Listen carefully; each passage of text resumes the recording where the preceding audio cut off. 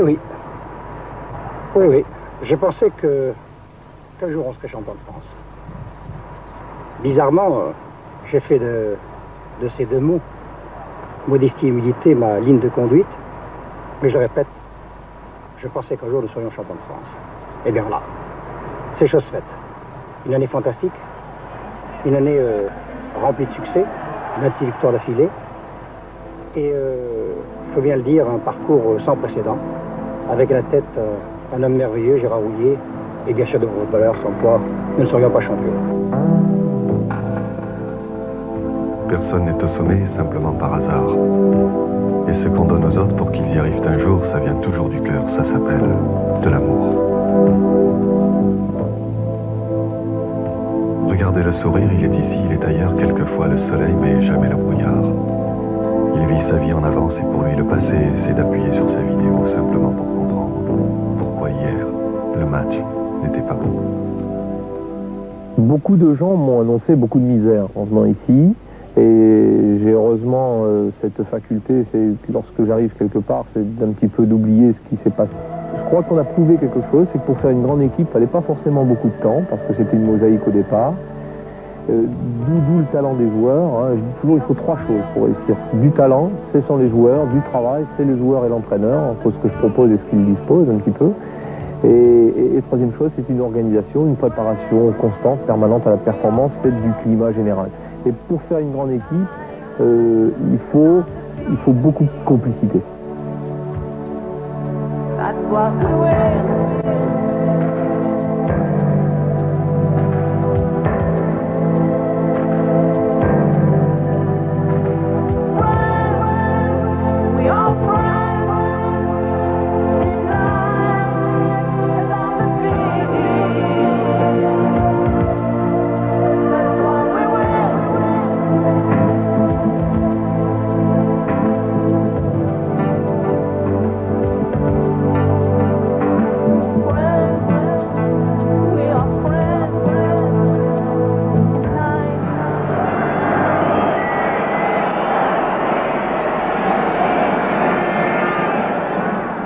Pour le Paris Saint-Germain, en cette saison 85-86, tout commence contre Bastia.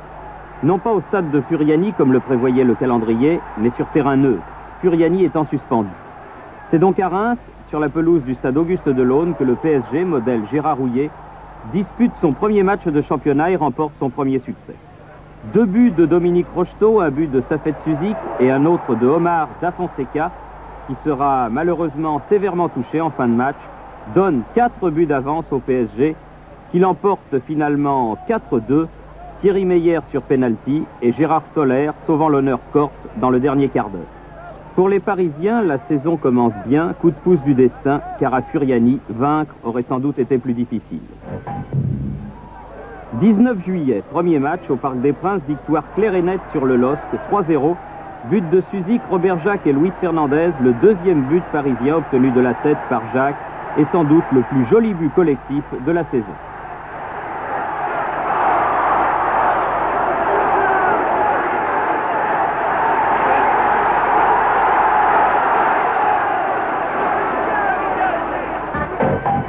Et pour la 3e journée au Stadium de Toulouse, c'est en contre que le PSG s'impose. Après avoir concédé un but sur penalty, les Parisiens obtiennent leur premier succès à l'extérieur grâce à Rocheteau, Jacques et Suzik. Et pour la première fois de leur histoire, les joueurs du PSG sont en tête du classement de la première division.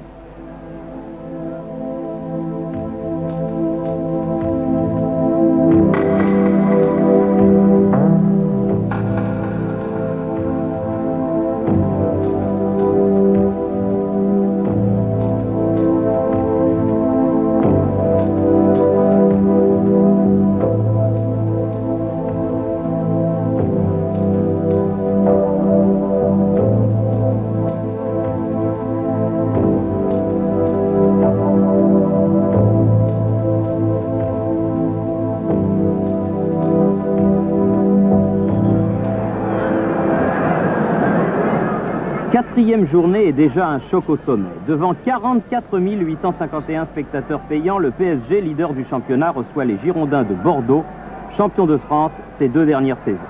Le match entre 2 belles équipes est très serré. Mais en ce début de saison, la foi est parisienne. Centre de Pierre Vermeulen, tête de Jean-Marc Pilorget et victoire du PSG 1-0. Tout un symbole, ce but de Pilorget, 28 ans, au club depuis 12 ans, et qui revient au sommet 18 mois après un tragique accident d'automobile qui aurait pu lui coûter la vie. En plein mois de juillet, on vient d'assister à une passation de pouvoir, mais on ne le sait pas encore.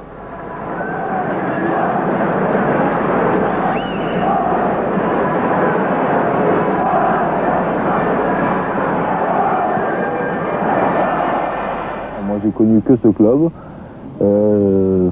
Pour moi, c'est un club merveilleux. Ça sera peut-être le seul club de ma carrière de footballeur. Jamais facile de s'imposer à Laval, surtout quand les Mayennais ont marqué d'entrée, ce qui a été le cas. Mais en 4 minutes, les Parisiens renversent la vapeur. Par Fernandez d'abord de la tête et par Safet Suzik ensuite. À 13 minutes de la fin, De la Montagne donne à Laval un bon match nul, car quelques minutes plus tard, le poteau droit sauve Joël Batz sur ce qui aurait été la balle de match de Stefanini.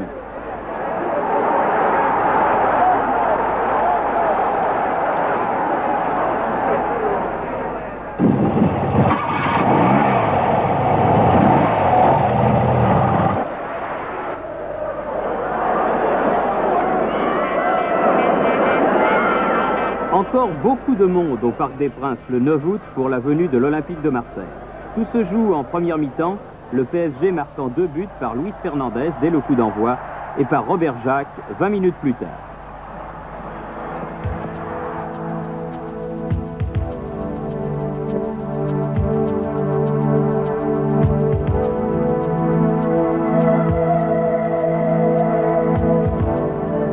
Le match aller à Auxerre.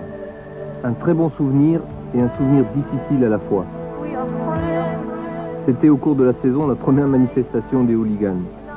Nous avons été saisis par la nouvelle. Nous avons même eu peur et je crois que ça a entraîné chez nous un esprit de corps encore plus remarquable. Contre l'équipe d'Auxerre, je me souviens d'avoir beaucoup souffert sur le banc de touche. Je crois que l'équipe a résisté becs et ongles à toutes les attaques d'Auxerre. Retour en terre auxerroise après son transfert.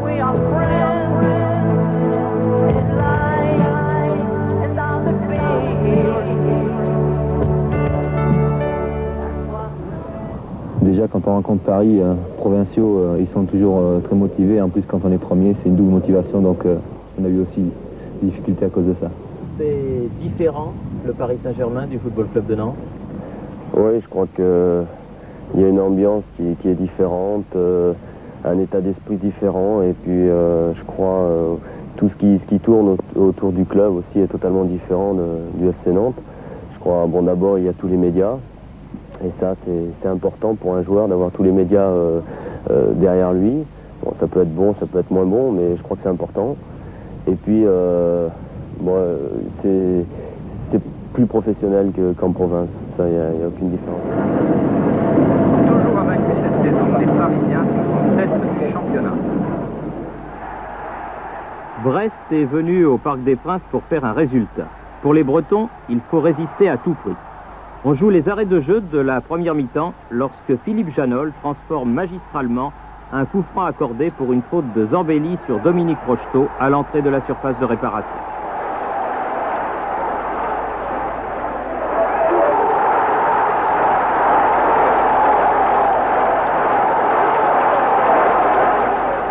En deuxième période, encore une passe décisive de Suzik et Dominique Rocheteau double la mise. PSG bat Brest 2-0. On ne peut pas avoir une équipe et bien jouer sur le terrain s'il n'y a pas un état d'esprit, une solidarité en dehors. Et je pense que là tous ces Gérard Rouillet a su nous parler comme il fallait et puis amener cette solidarité qu'on a retrouvée sur le terrain.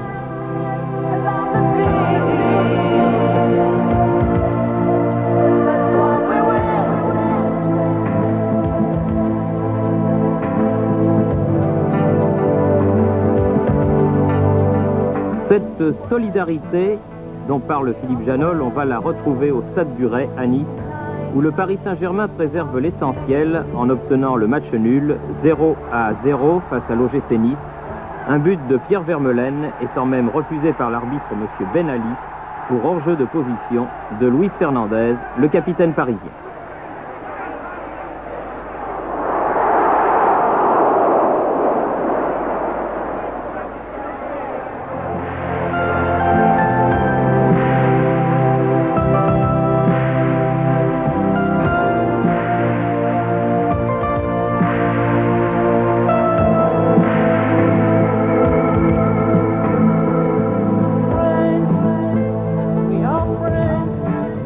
Journée 3 septembre 1985.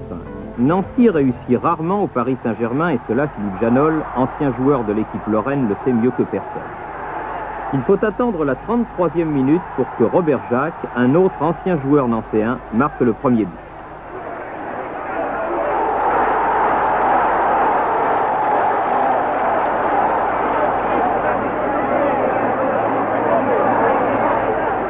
Comme à Nice, la semaine précédente, l'ailier néerlandais Pierre Vermeulen se voit refuser un but qui semblait valable.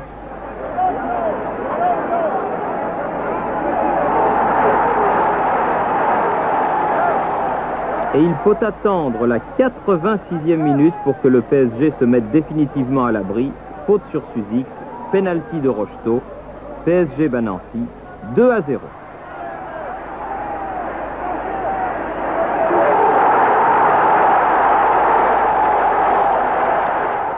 Bon, il y avait bien sûr une très bonne équipe, de très bons joueurs, mais il y avait surtout un très bon groupe. Je crois que l'ambiance dans une équipe, c'est le plus important à mon avis. Enfin, sur ce que j'ai connu pendant 10 ans justement, je crois que l'état d'esprit c'est ce qui compte le plus. Même s'il y a de très bons joueurs, on ne fait pas une équipe forcément avec de très grands joueurs. On fait une équipe avant tout, c'est des joueurs qui s'entendent bien, et sur le terrain et dans la vie. Encore un déplacement délicat pour le Paris Saint-Germain à l'occasion de la 11e journée face à l'équipe du Havre qui revient en première division après une longue absence.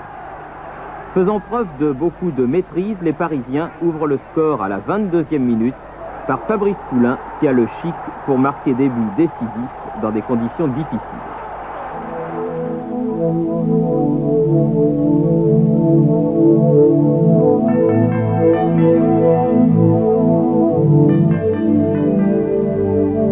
Les chocs sont sévères. La domination parisienne en ce début de match est constante et l'arbitre, M. Lambert, a bien des problèmes avec les défenseurs du Havre.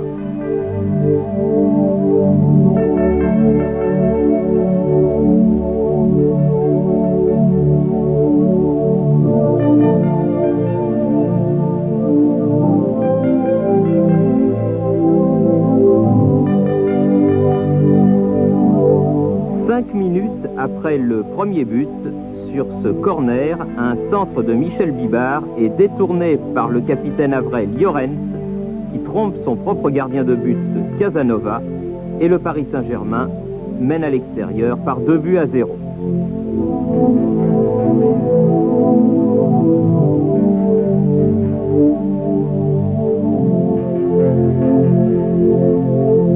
Au milieu de l'attaque havraise, Grimaud se multiplie et dès la reprise, Jacquet lobe Batz 2-1.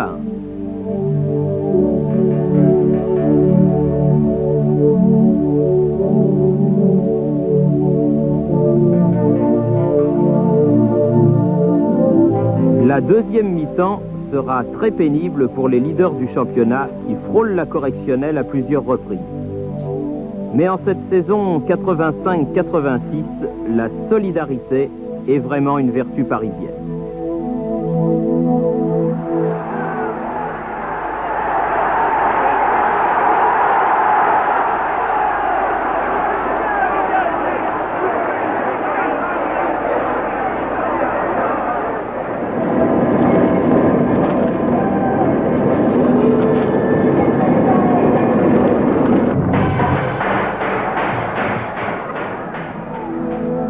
Après avoir passé 3 années au Racing Club de Lens, j'imaginais bien que le déplacement de l'équipe parisienne en terre artésienne serait très difficile. Et pourtant, avant le match, je me souviens d'avoir éprouvé une grande fierté de venir avec une équipe en tête du championnat et qui plus est invaincue. Je me souviens d'un match très curieux. 5 buts ont été inscrits, 5 buts sur coup de pied arrêté. J'étais également très fier à l'issue du match parce que l'équipe, en dépit du fait qu'elle était menée 2-0, elle réussit à s'imposer 3-2, manifestant là tout son talent, tout son courage et surtout tout son caractère. Je rêvais toujours de jouer dans une grande équipe. 27 septembre 1985, 13e journée, premier tiers du championnat. Le Paris Saint-Germain accueille Sochaux, une équipe bien tendre pour résister sur leur pelouse au leader du championnat toujours invaincu. Et dès la 21e minute, le capitaine parisien Luis Fernandez donne l'exemple et marque du pied gauche. 60 secondes plus tard, Crochy se prend pour un gardien de but, seulement c'est un défenseur, alors penalty transformé par Dominique Rocheteau.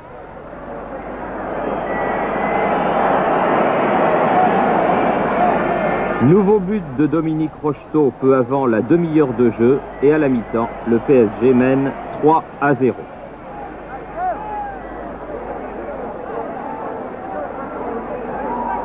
Dès la reprise, exploit de Pierre Vermeulen sur l'aile gauche, l'ailier néerlandais dépose le ballon sur la tête de Suzy, 4-0. 60e minute, M. Delmer accorde un penalty à Sochaux. Penalty pas tellement évident que transforme Thierry Fernier. Et dans les dernières minutes, M. Delmer accordera un nouveau penalty, cette fois-ci aux Parisiens. Penalty qui sera raté par Dominique Rocheteau, mais après 13 journées, le Paris Saint-Germain compte 6 points d'avance sur Nantes et Bordeaux.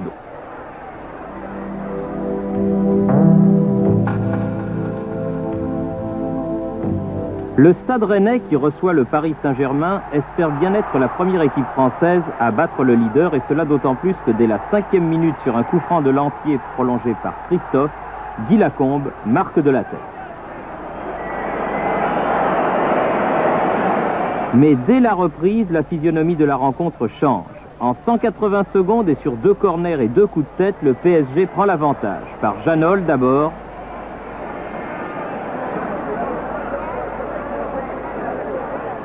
Par Luis Fernandez ensuite.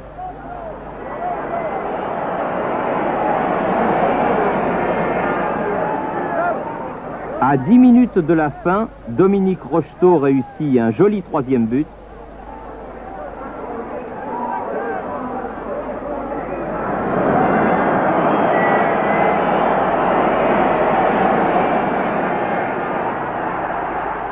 « 83e minute, Patrice Riot transforme un penalty, mais le PSG victorieux 3-2 poursuit sa marche en avant.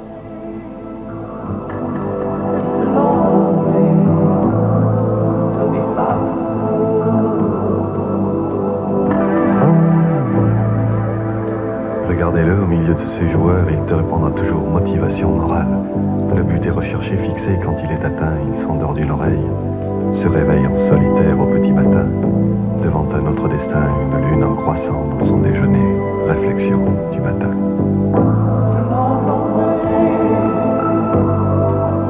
L'entraîneur, son rôle, c'est surtout de très vite cerner un petit peu les qualités de ses joueurs, de réaliser une sorte d'addition un petit peu des forces pour faire en sorte que le meilleur rendement possible soit donné pour le club, mais aussi pour leur expression personnelle. C'est-à-dire qu'il faut que chaque joueur individuellement trouve son compte et que collectivement, on soit efficace. Et pour cela, il faut déterminer les options un petit peu stratégiques de l'équipe et déterminer quels sont les meilleurs systèmes de jeu qui peuvent y convenir, etc. Et le rôle de l'entraîneur à partir de ce moment-là, c'est catalyser un peu leur expression, la favoriser dans un climat de confiance, de travail et dans une sorte de mentalité de progression permanente.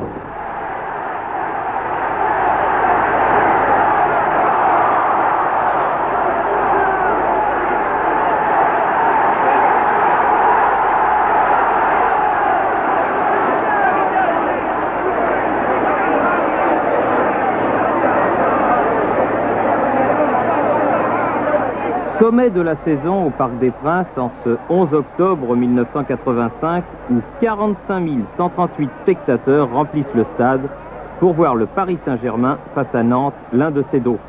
Et pour la première fois, après 2 minutes de jeu, le PSG, chez lui, est mené au score sur une superbe action, Loïc Amis, Vincent Brasigliano.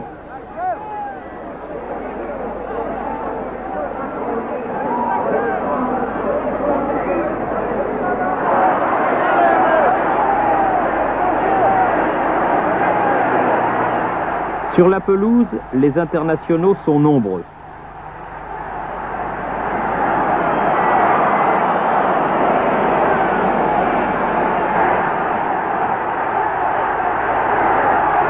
Comme d'habitude, Luis Fernandez est au four et au moulin et il faut une faute de Maurice pour stopper le capitaine parisien.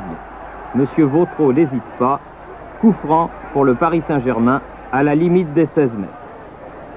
Safet Suzik cherche Janol, le trouve, un but partout, on joue depuis 25 minutes.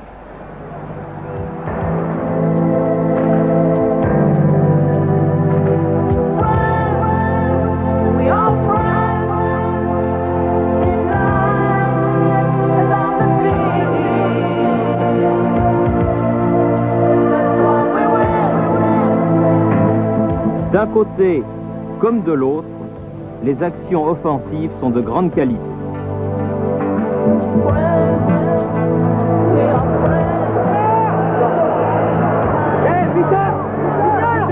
Et sur ce coup franc, en première mi-temps, Joël Bach va probablement sauver son équipe.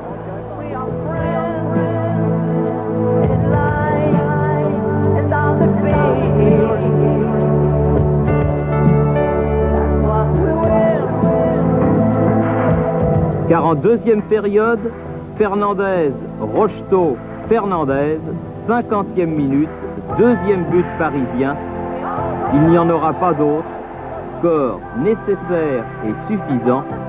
Le Paris Saint-Germain a écarté l'un de ses plus sérieux rivaux en battant le Football Club de Nantes par 2-1 à l'issue d'un match de toute beauté.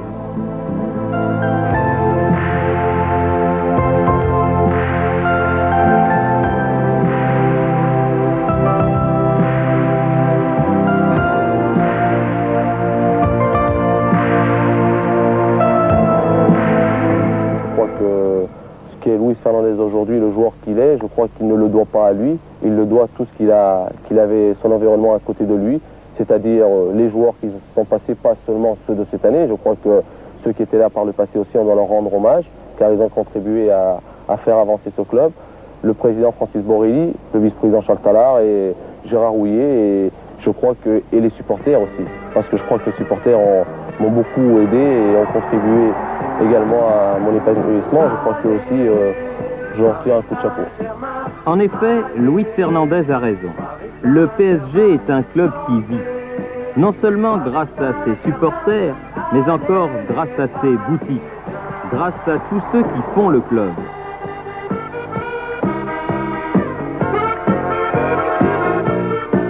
Les vendeuses, les secrétaires, les dirigeants, les bénévoles, les structures permanentes du club, qu'elles soient administratives, de communication ou commerciales.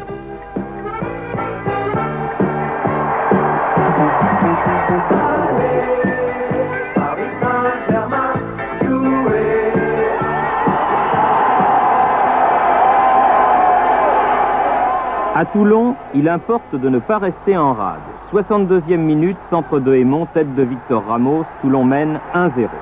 14 minutes plus tard, tir de Suzik dévié par une motte d'herbe hors de portée d'Olmeta, 1-1, le record du PSG tient toujours.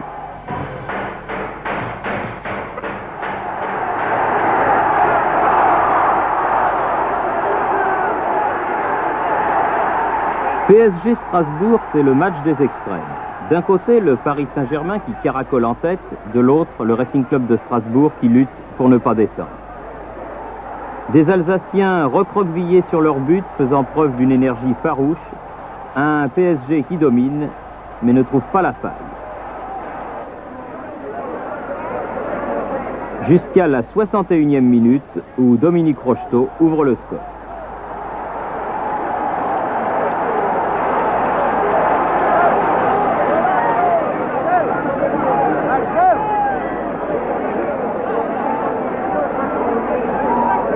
Très courageusement, les Alsaciens font tout ce qu'ils peuvent pour égaliser.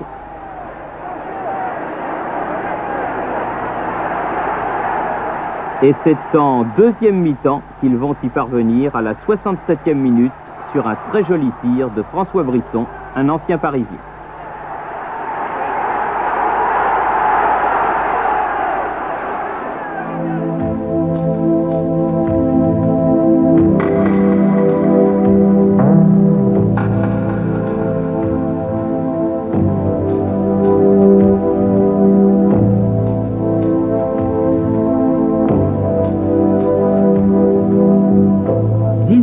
Journée, 2 novembre 1985, le Paris Saint-Germain, toujours invaincu, se rend au stade Louis II à Monaco.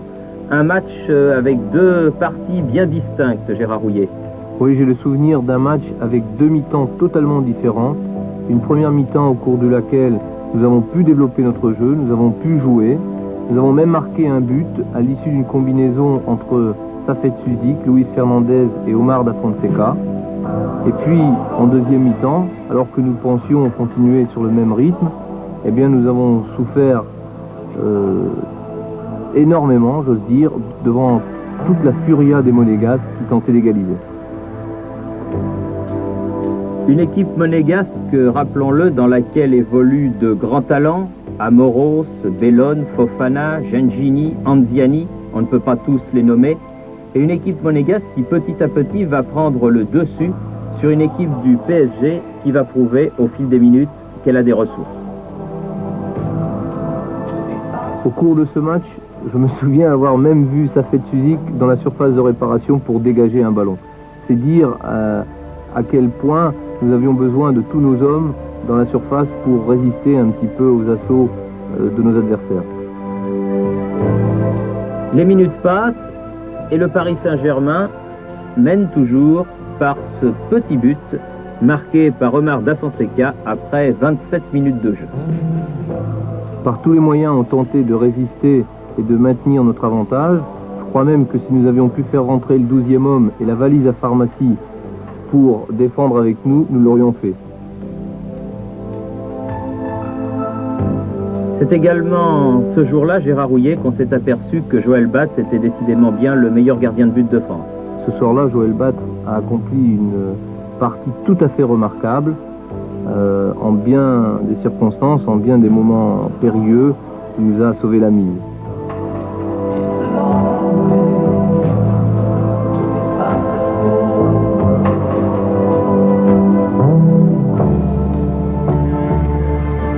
Il restait quelques minutes à jouer et on ne voyait pas toujours comment les Monégasques avaient trouvé la faille. Soit leur tir était arrêté par Joël Batz, soit il passait juste à côté.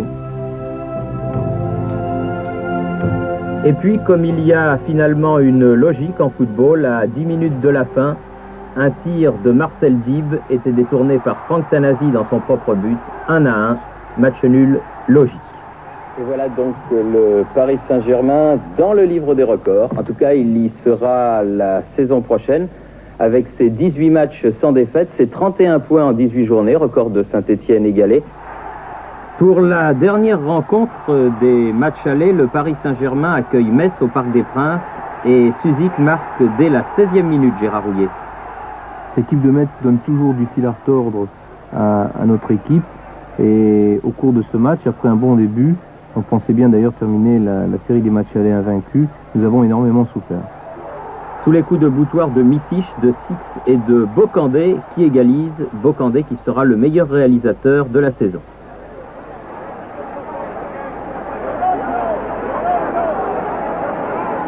Peu de temps après ce but se situe le tournant du match, Gérard.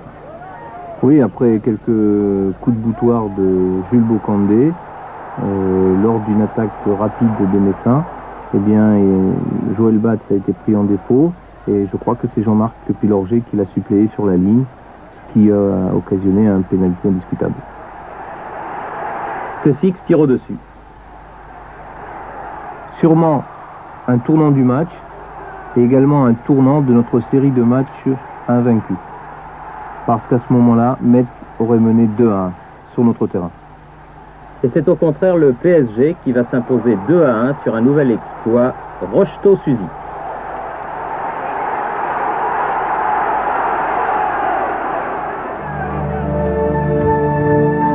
Regardez-le à la concentration. Lui, il n'a pas de lunettes noires, il ne joue pas la star. Et les tapes sur l'épaule, les micros, les télés, les journaux ne le font pas trembler. Des vestiaires à la touche, il respire lentement et mâche un peu ses mots. De peur de paraître indifférent, malgré cette carapace un peu frêle, à la force d'un géant.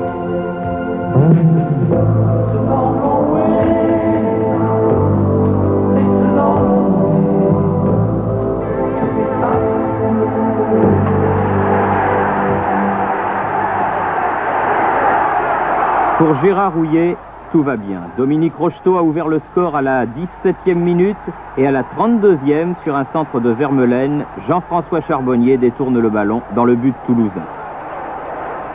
Enfin, à la 66e minute, Luis Fernandez, du bout du pied, marque le 3e but et le PSG bat Toulouse 3-0.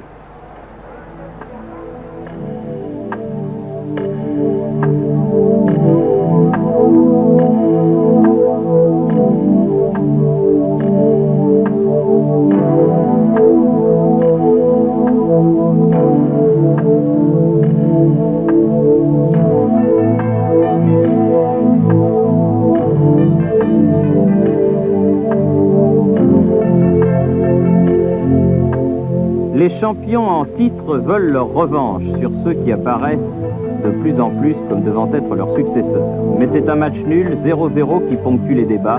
Un match nul beaucoup trop dur.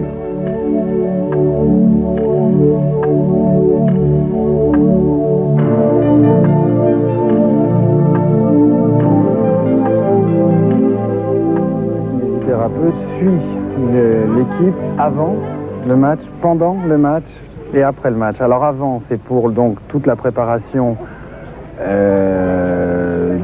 du footballeur. Pendant le match, c'est lui qui intervient sur le terrain avec le médecin, donc il a un pouvoir de décision assez important. Et après le match, c'est toute la récupération pour préparer le match suivant. Donc il y a un mélange déjà préparation et récupération. Et en plus, il y a toutes les rééducations des blessures, c'est-à-dire soit les entorses, les fractures, les claquages, les élongations, plus les opérations, notamment les opérations de ménisque ou ligaments croisés. Donc ça prend énormément de temps.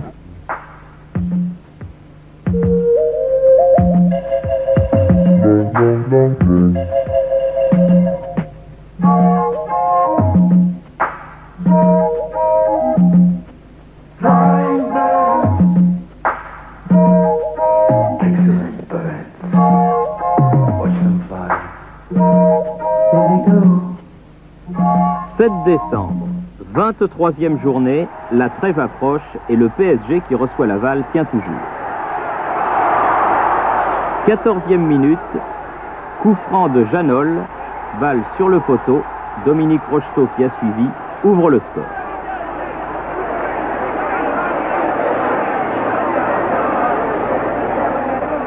Mais les Mayennais ne se découragent pas et une superbe reprise de volée de Stefanini est détournée par Sen dans son propre but. Joël Batz est battu, un but partout à la surprise générale. 43e minute, nouveau but de Janol Rocheteau, le frère jumeau du premier, et à la mi-temps, le PSG mène par 2-1. Coup du chapeau pour Dominique Rocheteau avec ce penalty, et ce n'est pas fini pour les Parisiens qui en font voir de toutes les couleurs à l'équipe de Laval. C'est au tour de Sen de marquer le 4e but, alors que le 5e sera peut-être le plus beau de la soirée. Sur un coup franc, une combinaison Rocheteau-Suzik-Janol, et c'est le but du 5-1, signé par le libéro parisien.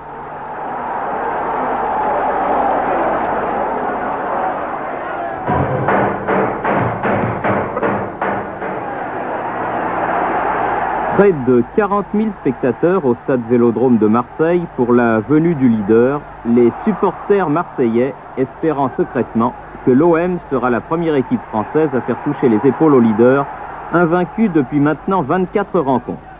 Il n'en sera rien, les deux équipes se séparant sur un match nul 0-0, les Parisiens à Marseille ayant fait preuve de beaucoup de réalisme.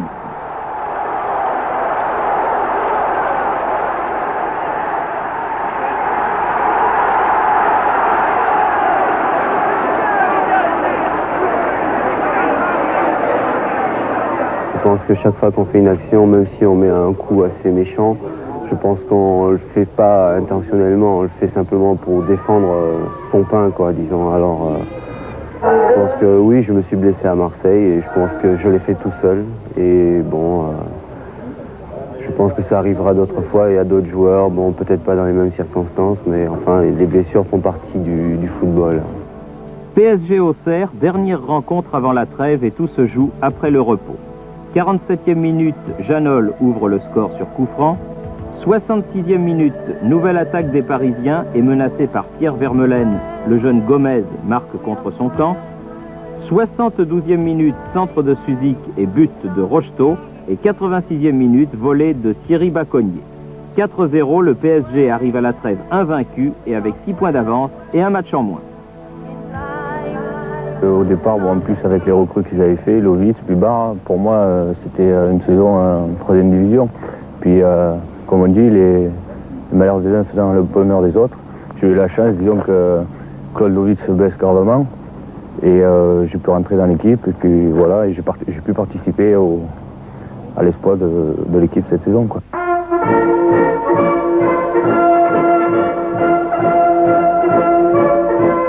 Pour le début de la deuxième moitié de la saison, c'est un déplacement délicat qui est proposé aux Parisiens qui doivent rendre visite à Brest, à l'association sportive brestoise. 15e minute, attaque des Bretons, reprise de volée de Bouquet, effleurée par Fernandez qui trompe Bat, 1-0 pour l'équipe locale.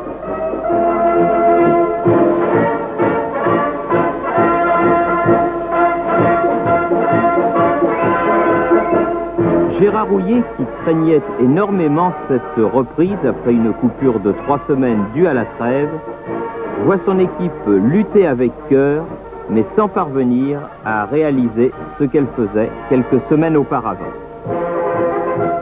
Il s'en faut de fort peu que les Bretons ne réussissent un deuxième but. Finalement, à force de travail et d'abnégation, les Parisiens vont obtenir ce qu'ils étaient venus chercher, un résultat nul, sur un corner tiré à 13 minutes de la fin par Vermeulen et repris de la tête par Luis Fernandez.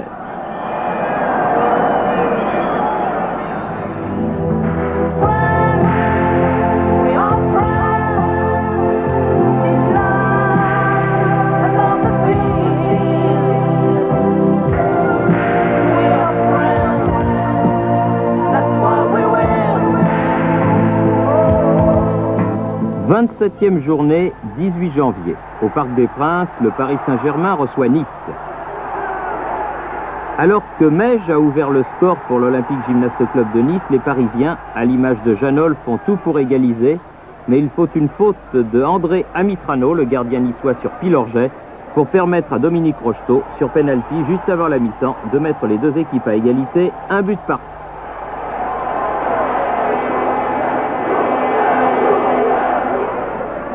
En deuxième période, les Parisiens vont se détacher. Pour cette faute sur Dominique Rocheteau, Suzik obtient un coup franc. Il trouve la tête de Charbonnier, 2-1.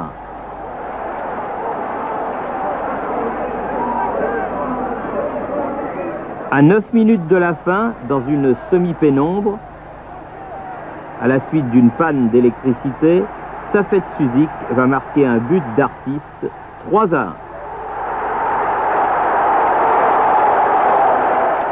Et à 60 secondes de la fin, dans la lumière revenue, Lefebvre pour Nice ramène la marque à 3-2.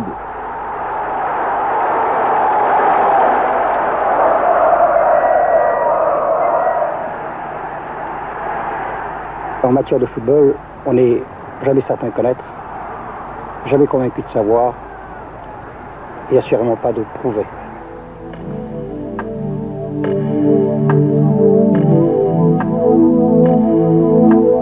Toutes les meilleures choses ont une fin, et notre remarquable série devait s'arrêter à Lille. C'était un match dont on ne voulait pas. Ce fut un match que nous sommes allés jouer en traînant les pieds. Nous avons été battus 2-0, 2 buts concédés en fin de match, après que Philippe Janol eût été obligé de nous quitter sur blessure.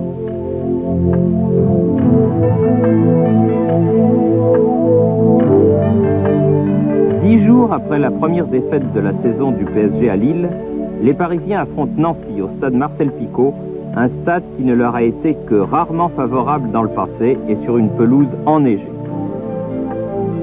C'est le début de la période difficile du PSG qui concède un but au Yougoslave de Nancy, Fejic, après 32 minutes de jeu et qui ne pourra jamais revenir au score.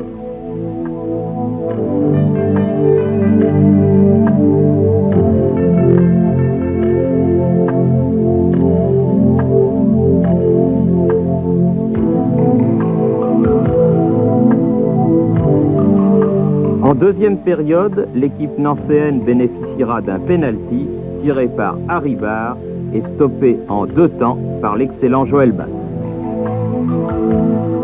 Si on analyse un petit peu la saison, on s'aperçoit qu'il y a eu, disons, jusqu'à la trêve, un parcours éblouissant, et puis après la trêve, un parcours peut-être avec beaucoup moins de panache.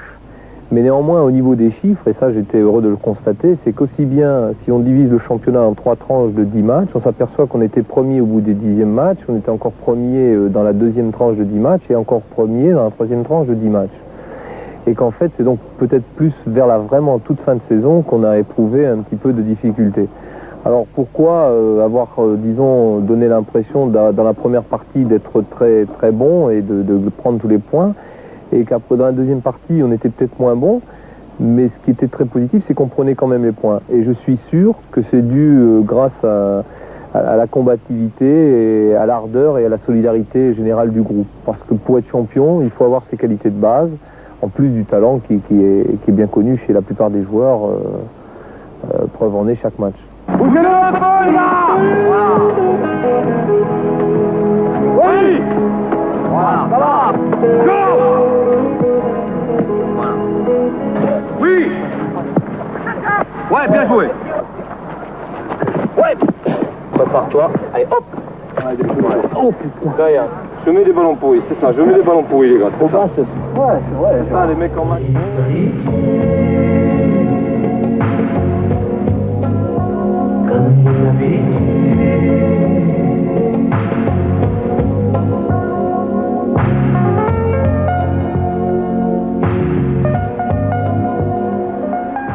Il fait très froid au Parc des Princes le 8 février 1986, jour de la 29e journée du championnat. Par une température quasi sibérienne, le Paris Saint-Germain accueille Le Havre. Et tous les joueurs parisiens, sans exception, évoluent en collant. Les 2 défaites concédées à Lille puis à Nancy ont fait naître un léger doute dans le camp parisien, ce qui n'empêche pas Luis Fernandez et les siens de dominer, non sans s'exposer quelquefois aux contres des joueurs havrais.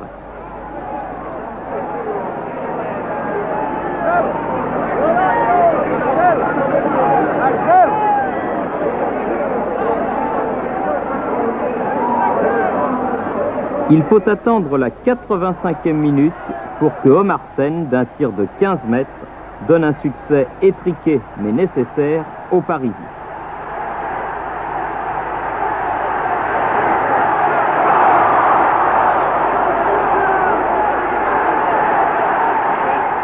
Que toujours de marquer des buts, c'est très très important pour le joueur, pour le moral aussi.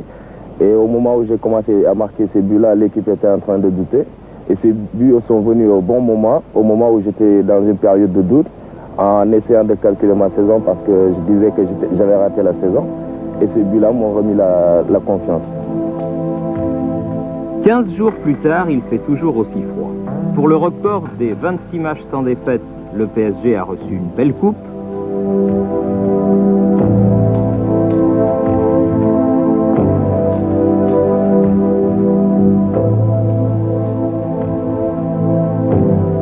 La pelouse du parc, quant à elle, ressemble à du béton.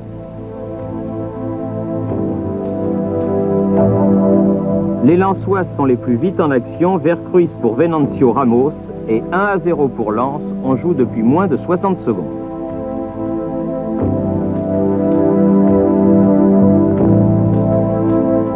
Dès lors, les Parisiens sont obligés d'attaquer, ce qui est toujours délicat sur une pelouse gelée.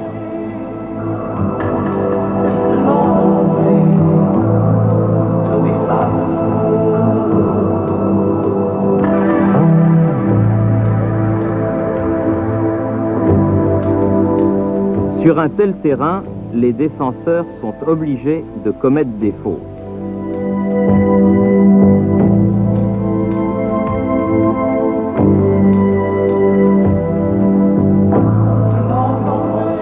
Et sur un croc-en-jambe de 2 planches sur Suzik, M. Ben Ali désigne le point de pénalty.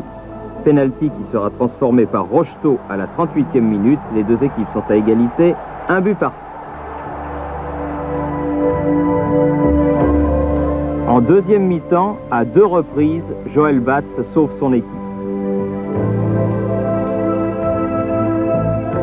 Et sur une faute de Janol sur Gillot, c'est un nouveau penalty, cette fois transformé pour Lens par Venancio Ramos, les nordistes qui mènent à nouveau au score 2-1. 7 minutes plus tard, nouveau penalty sifflé par M. Ben Ali pour une faute pas très évidente. Rocheteau ne fait pas de sentiment et le transforme. Le Racing Club de Lens et PSG font match nul, 2-2. Je masse, je suis le masseur de l'équipe. Je travaille évidemment très étroitement avec le corps médical et avec mon entraîneur. Nous sommes tous des baromètres psychologiques de l'équipe. Mais c'est vrai que dans le massage, on donne énormément de soi. Par conséquent, on est réceptif à tout ce qui peut se passer, et notamment au plan psychologique. Et dans ce sens, effectivement, on perçoit assez bien les différents états d'âme des joueurs, et le fait de les écouter, c'est déjà, si vous voulez, une possibilité pour eux de se ressaisir et d'aller de l'avant. On a tous besoin d'être écoutés dans la vie, hein.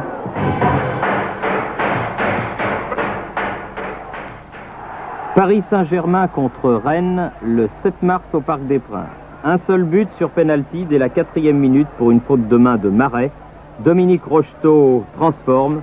Il n'en faut pas plus au Paris Saint-Germain qui bat Rennes par 1-0.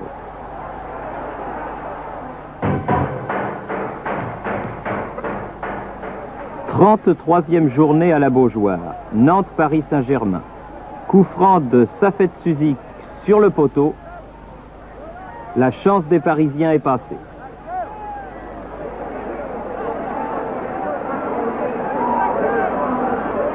Ensuite, 2 coups de génie de Vaïd Halilhodji. D'abord le métier devant Tanasi.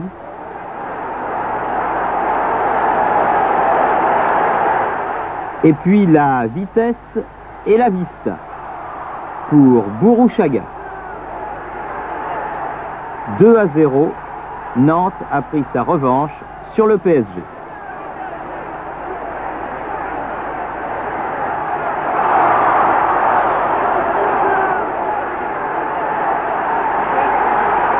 Cette année, c'était un peu celle de Nantes. C'était pas du tout comme les années précédentes à en entendre parler. L'année dernière, le climat était pas très sain, mais cette année, tout de suite, dès le départ, on a senti un groupe et puis les résultats sont venus et on a continué. La fin de saison a été un peu dure, mais la première partie était vraiment excellente.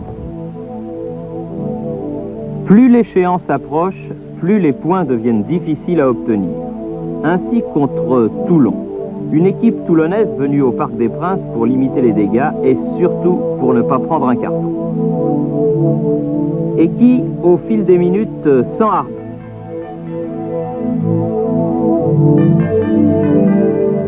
Mi-temps, 0-0. Le doute dans les tribunes, le doute sur le terrain. Les minutes passent et la défense toulonnaise et Olmeta tiennent toujours. On en arrive ainsi à la 62e minute. Jacques sort, Sen rentre. Corner de Suzik et but acrobatique de Omar Sen. Heureusement qu'il a eu la bonne idée de rentrer, celui-là. Et combien de buts importants il a marqué en fin de saison. Strasbourg, 19e et bon avant-dernier, presque déjà en deuxième division, reçoit le leader et marque le seul but du match par Jenner, un tir dévié au passage par Luis Fernandez. Un but qui vaut cher, car à 4 journées de la fin, Nantes revient à 3 points d'un Paris Saint-Germain qui doute de plus en plus. Demain matin, dans son bureau du camp, il sera aux premières loges pour les voir arriver, pas pour les épier. À la façon dont ces joueurs marcheront et lui diront bonjour, il saura que c'est bon de rien dire. C'est le plus grand remède à laisser l'exigence se faire par elle-même. Regardez-le crier, jouer et donner des conseils. Il est comme ton frère, mais surtout pas leur père. Ils ne sont pas des machines, tant de progrès reste à faire. Si je peux vous aider, je vous donnerai tout. Je suis un généreux, mais pas jaloux de vous. Je vous laisse vos étoiles, elles vous sont méritées. Je vais relancer tout à l'heure le dé que j'ai dans ma poche. C'est le dé de ma chance. Je sais qu'il a 6 faces. Et sur chacune d'elles, il y aura un as. 2 coups de tête ont fait l'histoire de Sochaux-PSG disputé au Stade Bonal le 8 avril. D'abord Sen, juste avant la mi-temps sur un centre de Michel Bibard.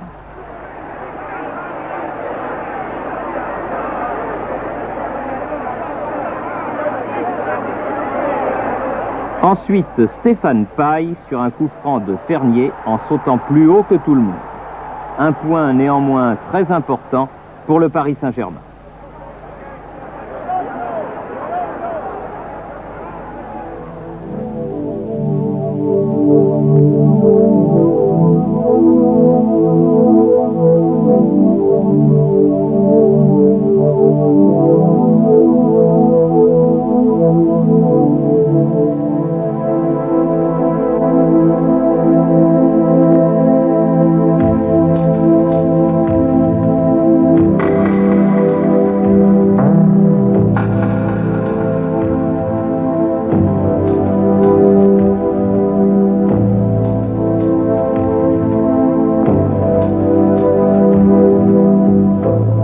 Journée de la fin du championnat, le Paris Saint-Germain, qui se rapproche de plus en plus du titre, accueille l'association sportive de Monaco.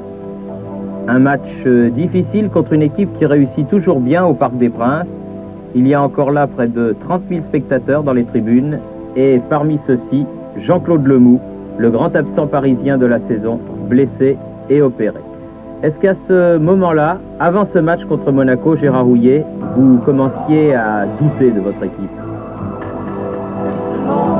Douter n'est pas véritablement le mot, mais lorsqu'on est près de toucher au but, on a toujours un petit peu peur de perdre l'acquis, on a toujours un petit peu peur de ne pas y arriver. De plus, Monaco, qui avait donné tant de mal au Paris Saint-Germain lors du match aller, Monaco prouve encore une fois, à Paris, que c'est une belle équipe et qu'elle méritait mieux que le classement qui a été le sien la saison dernière.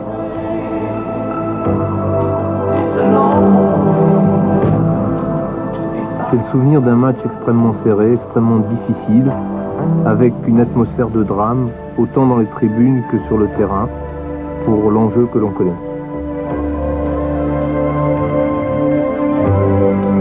Finalement, peu d'occasions. Plutôt, Gérard, les défenses qui prennent le pas sur les attaques. Oui, et on était très proche de la fin du match. On pensait même s'acheminer vers un match nul lorsqu'il y a eu ce corner mémorable, ce corner fabuleux dont on se souviendra toujours.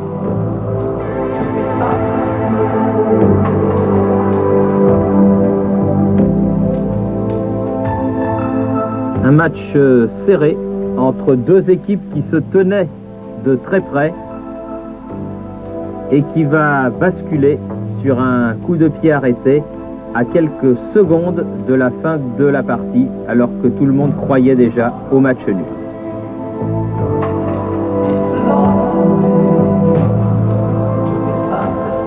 89e minute, Da Fonseca rate, mais Sen réussit.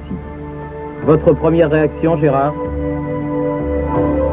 Une immense joie m'a envahi et je me souviens que Luis Fernandez s'est jeté sur moi et m'a presque cassé le nez. C'était pour tous les joueurs, c'était pour les dirigeants, c'était pour l'entraîneur que j'étais, l'aboutissement final d'une année d'effort et pour la ville de Paris de 50 ans d'attente.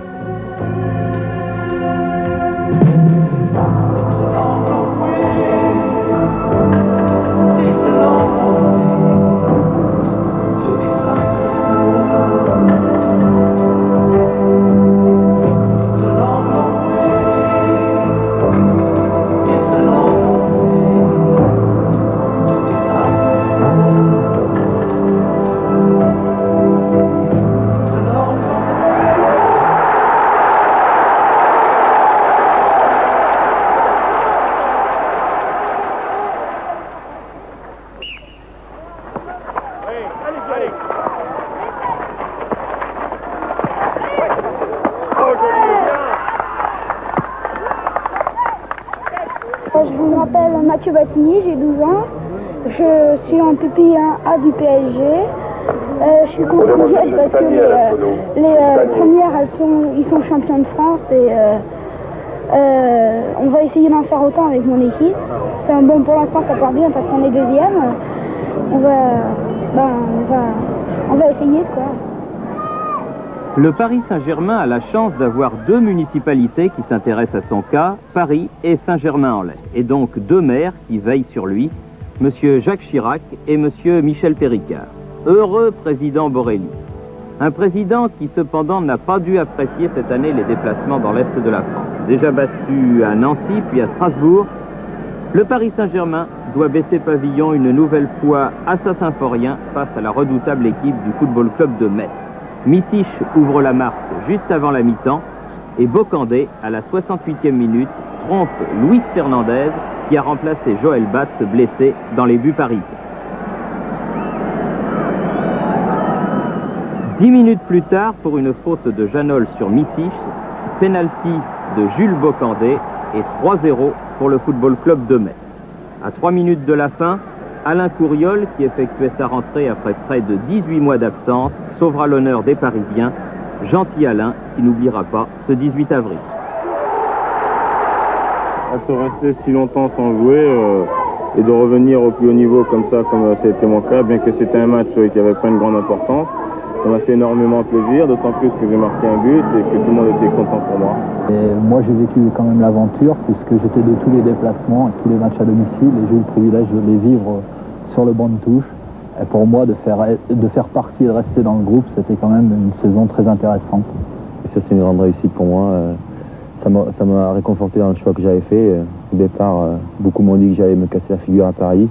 Et ce soir, le résultat est là et c'est bien. Personnellement, ça fait tellement longtemps que j'attends une chose comme celle-ci. J'ai du mal à réaliser encore parce que ça fait si longtemps. Je crois que ça va être une soirée exceptionnelle, ça va être fabuleux et j'ai du mal à réaliser quand même. Je suis un capitaine heureux par cette belle saison qu'on vient de réaliser avec le PSG et ce titre de champion de France. Et c'est vrai que je suis vraiment le garçon le plus heureux qui est sur terre aujourd'hui.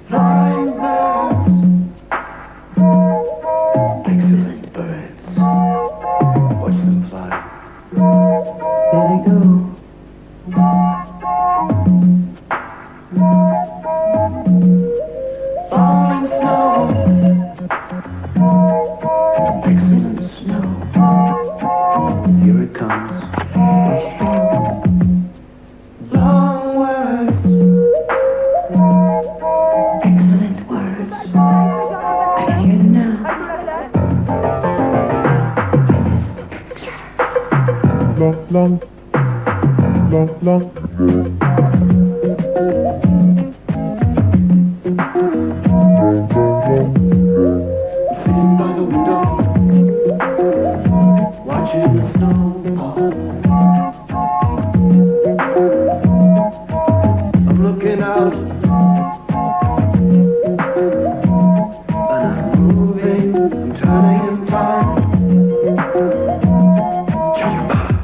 and I can land on my feet. Look out!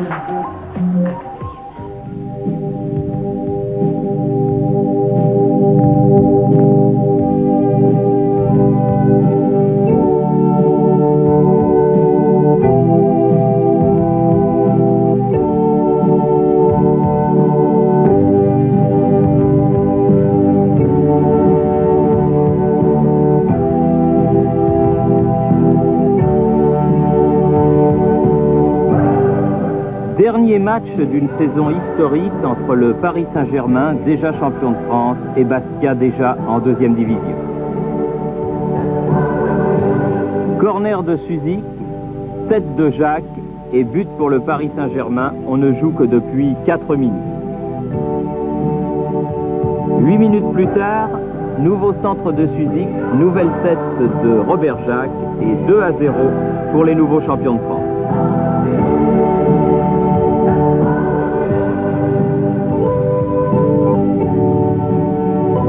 La partie se déroule dans une atmosphère de joie. Et c'est très décontracté que les joueurs, un à un, regagnent la pelouse pour la deuxième mi-temps.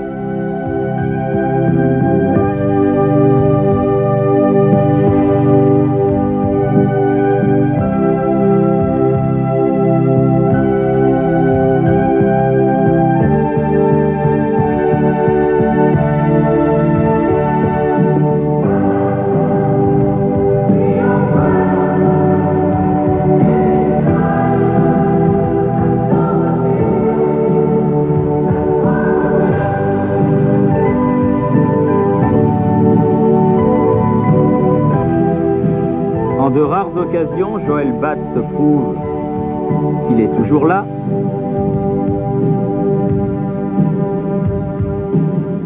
« 54e minute, centre de Servetti, Testa comme au billard, sauve l'honneur des Bastiais. 65e minute, faute sur Bibar à l'intérieur de la surface de réparation. Penalty. Tout un symbole, le dernier but de la saison, un penalty tiré par le capitaine Luis Fernandez qui quitte le club sur un triomphe.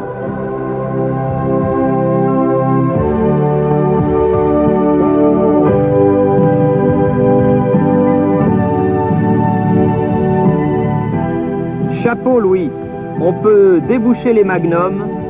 Depuis 50 ans que Paris attendait ça.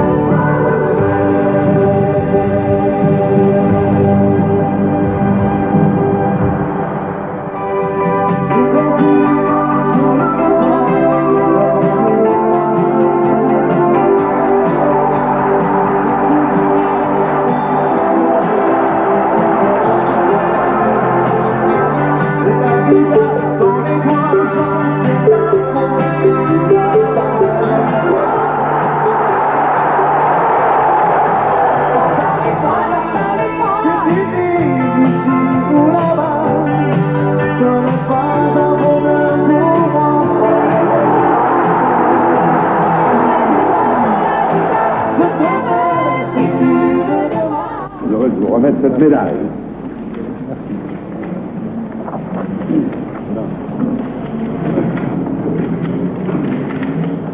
Voilà, clic-clac. Merci Kodak.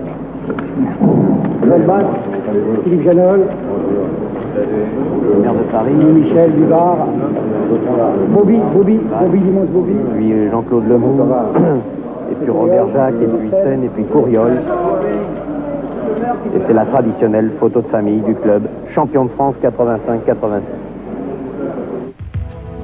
On va essayer de conquérir tout ce qui reste à conquérir. Il ira de la manière que nous aurons de nous exprimer, la conviction nous aurons d'y arriver. Et pour y parvenir, eh bien, nous avons fait tous les efforts qu'il convenait de faire, je l'imagine. Il ne reste plus qu'à souhaiter que les choses se passent aussi harmonieusement, aussi agréablement que je le dis. Mais pourquoi ne pas terminer en pensant que, je vous l'ai déjà exprimé, quand on désire ardemment quelque chose, elle ne peut pas ne pas se réaliser.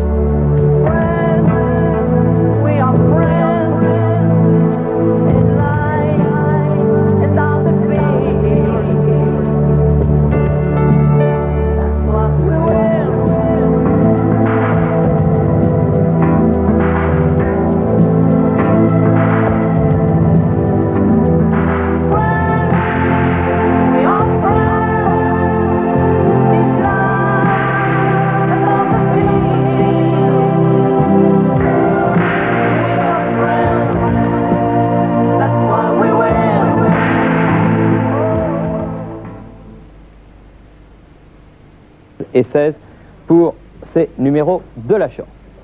C'est toujours la fête au Parc des Princes où les Parisiens effectuent un tour d'honneur. On peut y aller au Parc des Princes, je pose la question.